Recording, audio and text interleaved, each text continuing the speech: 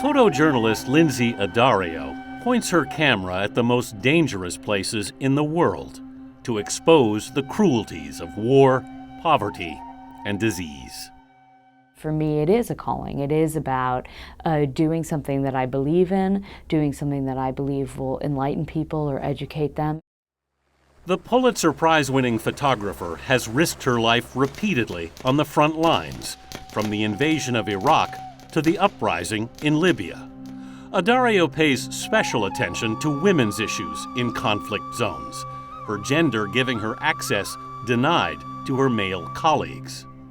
I am sort of underestimated often, like kind of dismissed as like, we don't have to worry about her. And that also gives me the ability to move around sort of undetected. Often graphic, sometimes heartbreaking, her images have graced the pages of the New York Times and other publications, putting a human face on suffering for the world to see. It's been quite an experience for the Connecticut woman from a middle-class Italian-American family. She has no formal photography training. She taught herself after receiving her first camera when she was 13 years old. Her first trip to Afghanistan was in 2000, capturing the lives of Afghan women under the Taliban's rule. There wasn't much interest in her photos until September 11th. After the terror attacks, she was in high demand, covering first the invasion of Afghanistan and then the war in Iraq. In Fallujah in 2004, insurgents kidnapped her and her team. I just kept thinking, we're dead, we're dead, we're dead, we're dead. They were released hours later.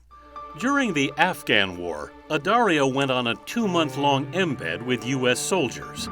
In the Korangal Valley, the soldiers were on a mission to look for senior Taliban fighters when the Taliban ambushed them. 3 soldiers were shot and 1 sergeant was killed. Addario's camera captured the bloodshed.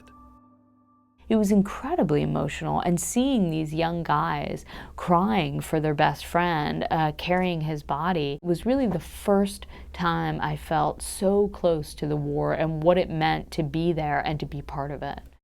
Addario was part of the team that won the Pulitzer Prize in 2008 for the New York Times Magazine story Talibanistan. That same year, coming back from an assignment in Pakistan, she smashed her collarbone in a traffic accident that killed her driver.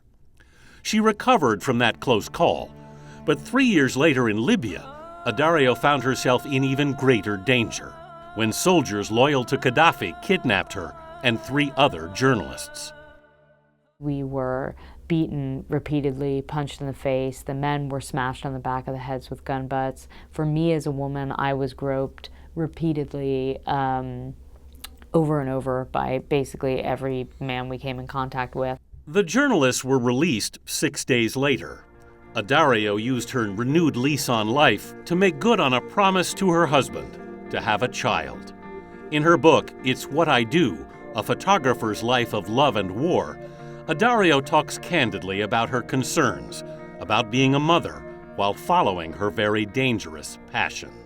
I was terrified. I was terrified, I would stop getting assignments. I was terrified that I would be I would sort of inhibit myself. I was terrified that people would say, oh, she's a mother, let's not send her anymore.